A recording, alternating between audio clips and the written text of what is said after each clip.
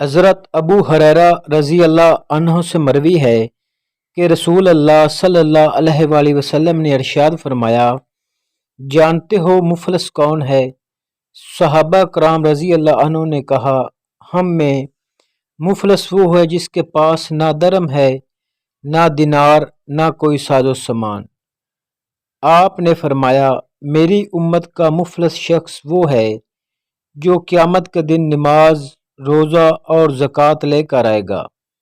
ایک شخص آئے گا جسے اس نے گالی دی ہوگی، کسی پر تہمت لگائی ہوگی، کسی کا مال کھایا ہوگا، کسی کا خون بہایا ہوگا، کسی کو مارا ہوگا۔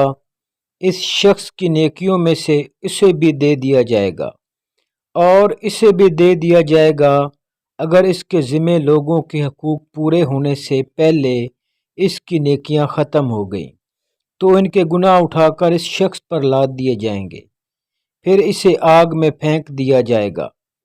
آپ صلی اللہ علیہ وآلہ وسلم نے ارشاد فرمایا، میرے پاس جبرائیل علیہ السلام آئے اور کہنے لگے، اے محمد صلی اللہ علیہ وآلہ وسلم، جب تک چاہو زندہ رہو، بالآخر آپ نے مرنا ہے۔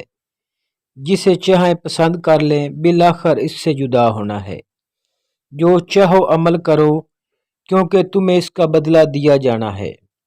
جان لیجئے کہ مومن کا شرف اس کا رات کا قیام ہے، اور اس کی عزت لوگوں سے مستغنی ہونے میں ہے۔